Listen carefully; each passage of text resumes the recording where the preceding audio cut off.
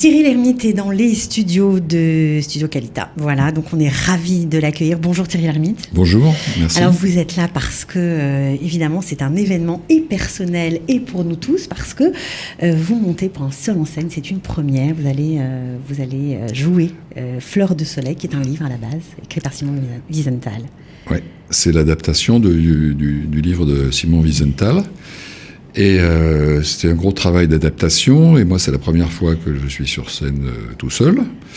Enfin voilà, c'est une vraie première. Ouais. Alors pour ceux qui ne connaissent pas encore cette histoire, pour ceux qui se demandent mais qu'est-ce que c'est Fleur de soleil, on ne connaît pas, on n'en a jamais entendu parler. C'est un livre que vous avez découvert, vous. J'ai découvert ce livre par hasard. Vous savez, dans les liseuses Kindle, quand vous lisez quelque chose, on vous suggère après des lectures en rapport ou pas, mais qui pourraient vous plaire. Et donc on me propose un extrait de Fleur de soleil de Simon Wiesenthal. Donc je suis attiré par le nom, évidemment, que je connaissais. Je lis un extrait, j'achète le livre et je lis cette histoire extraordinaire, voilà, bouleversante et extraordinaire. Je la fais lire amicalement à Jean-Marc Dumontet, qui est producteur avec lequel j'avais travaillé, parce qu'on s'échange des livres et des lectures régulièrement. Et un an plus tard, il me dit « j'ai fait faire une adaptation ». Bon, par qui, comment? Il cite Steve Suissa, et qui travaillait déjà dessus. Et je dis, mais pour qui cette adaptation au théâtre? Et il me dit, pour toi. Voilà. Donc, je suis étonné, effrayé à l'idée, et me voilà parti et sur scène dans quelques jours. On comprend. Alors, c'est sûr. Et dans le même temps, Steve Suissa avait l'idée de faire une adaptation de ce livre, ce qui m'avait pas traversé l'esprit depuis très longtemps. Voilà. Alors on sait que vous aimez beaucoup la littérature qui parle de la Seconde Guerre mondiale. Vous êtes un féru, vous connaissez très très bien, vous avez une énorme culture générale concernant cette époque. Alors, ce livre-là, Simon Wiesenthal, c'est une histoire vraie en fait. Oui, c'est une histoire vraie, c'est ce que raconte, voilà, je ne sais pas si on le dévoile, enfin disons que... On peut le raconter parce que les gens qui ne savent pas, d'accord, ok, on a besoin de... Vous savez que Simon Wiesenthal il faut savoir de quoi on parle. est déporté en Pologne, et un jour, pendant qu'il travaille dans un hôpital militaire allemand, il est appelé par une infirmière qui l'amène dans la chambre d'un soldat nazi mourant, d'un SS, qui lui fait une confession et lui demande son pardon. Voilà. C'est-à-dire qu'il ne veut pas mourir, ce nazi ne veut pas mourir tant qu'il n'a pas été pardonné par un juif. Il va mourir de toute façon, mais, voilà, et cette question a hanté, cette question du pardon dans ces circonstances a hanté Simon Wiesenthal pendant toute sa vie, et il a demandé à des dizaines de personnalités et à des grandes figures morales de l'époque qu'est-ce qu'il aurait dû faire. Parce que lui, il n'a pas pardonné. Qu'est-ce qu'ils auraient fait? Lui, il n'a pas donné son pardon. Il n'a rien dit. Et voilà de quoi ça parle, et c'est très bouleversant, et ça pose des questions bien plus profondes que je pardonne pas. Voilà. Oui, des questions profondes, parce qu'il a fait le tour du monde, on va dire ça comme ça, pour approcher toutes sortes de personnalités, des juifs, des non-juifs, des philosophes, des historiens, des acteurs, des politiciens. Il a envoyé son livre à des tas de gens en leur demandant qu'est-ce que vous auriez fait, qu'est-ce que j'aurais dû faire. Donc il a eu des réponses. Toute sa vie. Et donc, au travers des éditions de ce livre, qui s'est vendu à quelques millions d'exemplaires néanmoins, moi, je n'avais jamais entendu parler. Le livre qui est connu de Wiesenthal, c'est « Il y a des assassins sont parmi nous ». Voilà, puisque le but de sa vie et le centre de documentation juif, c'était d'établir la liste des criminels de guerre nazis, des gardes, des commandants de camp, et des membres de la Gestapo, et puis de les faire traduire devant les tribunaux. Et donc, il a envoyé ce livre. Il a eu des dizaines ou des centaines, j'en sais rien, de réponses qui vont du Dalai Lama à Desmond Tutu, à des rabbins, à des prêtres, à des philosophes, Simone Veil, Simone Veil, voilà. Et c'est vraiment extraordinaire. Albert Speer lui a répondu. Albert Speer, l'architecte du Reich, ministre de l'Armement, qui a été condamné à 20 ans de prison à Nuremberg. Et de sa prison, il lui a répondu, et Simon Wiesenthal est allé le voir. Et ils ont échangé une correspondance. Est-ce que cette correspondance est dans la pièce? Est-ce que cette lettre est dans la pièce? Oui. C'est incroyable. Incroyable, ouais. Alors, incroyable, c'est aussi la mise en scène, je crois, qui est incroyable, parce que vous êtes seul en scène, il y a plusieurs personnages évidemment, mais vous avez on va dire, il y a aussi de la vidéo, comme souvent dans les mises en scène de Steve Suissa, qui donne à cette pièce une résonance très actuelle. Et on voit les lettres. Oui, il y a les lettres, les quelques lettres qui sont citées, qui sont importantes.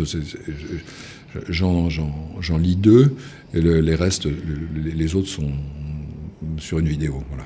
Voilà. Est-ce qu'on s'identifie lorsqu'on lit une pièce pareille, vu votre passé, on va dire, votre histoire personnelle, familiale, est-ce qu'il y a un processus d'identification fort? Il y a l'identification, elle est sur le pardon, elle est universelle. Ce qui est dingue dans cette histoire, et ce qui est bouleversant, c'est cette demande de pardon. Et ça, elle est universelle. Elle est incroyable. Quand on lit ça, on est stupéfié d'être ému par la demande de pardon. C'est impensable. Quand on dit un criminel de cet ordre-là, non, ça ne m'intéresse pas. Et ben, c'est ça qui vous bouleverse. Le sang-froid, c'est vrai que c'était à cette époque-là, ces crimes de sang-froid, des enfants assassinés, écrasés. Voilà. C'est inimaginable. Et ben, c'est ça qui vous bouleverse. C'est inimaginable de se retrouver spectateur ou bien concerné par cette demande de pardon. Je vous jure que c'est bouleversant.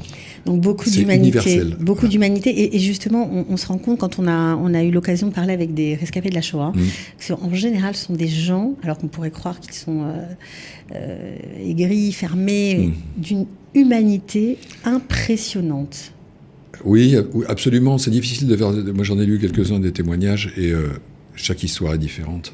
Et honnêtement, il y a des gens comme Primo Levi qui ont survécu avec l'ouverture aux autres, avec le partage.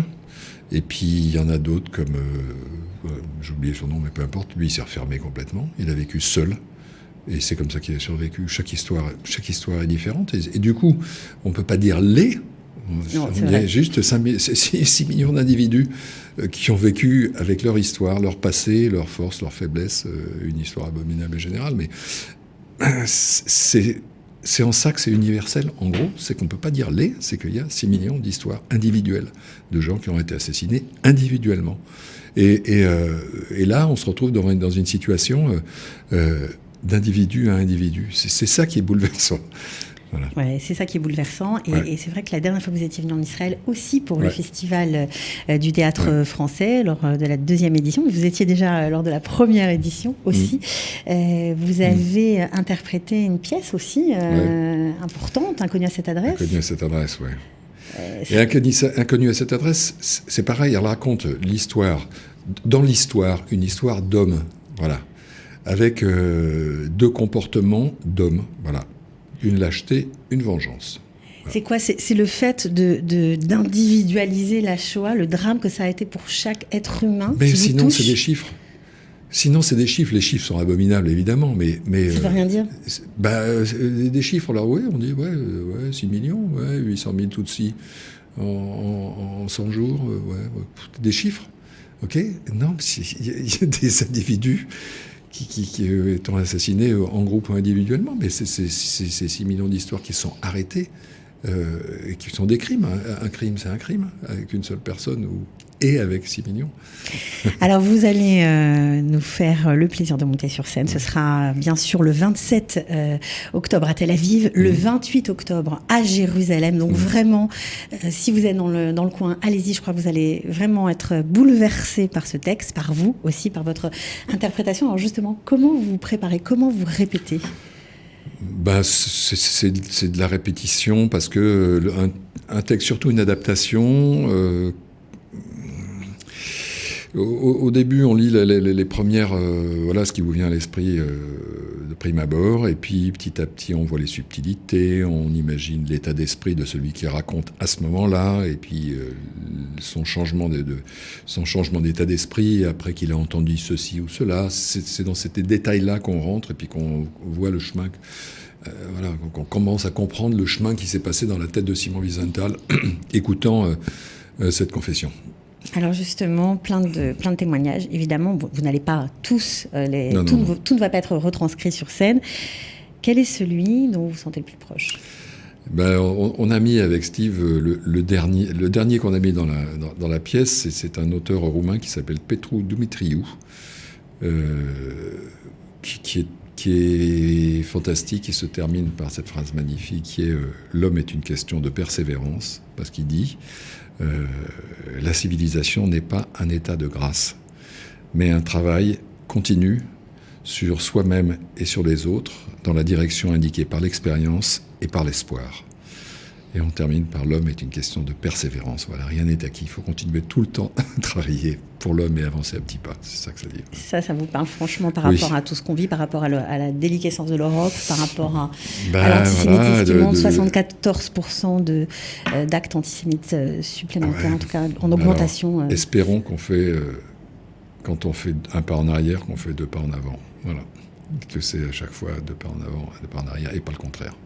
Bon, on va finir quand même sur une note plus gaie, parce qu'on ne peut pas, avec vous, ne pas rigoler. C'est pas possible, Cyril Lhermitte.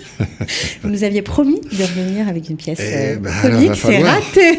Il va falloir, alors. Il va falloir revenir. Il va falloir revenir avec une pièce comique, oui. Bon, d'autant que vous êtes à l'affiche avec un film très drôle, je crois. Oui, Joyeuse retraite, qui sort bientôt, je crois. Ouais. Je dois faire une interview pour la sortie.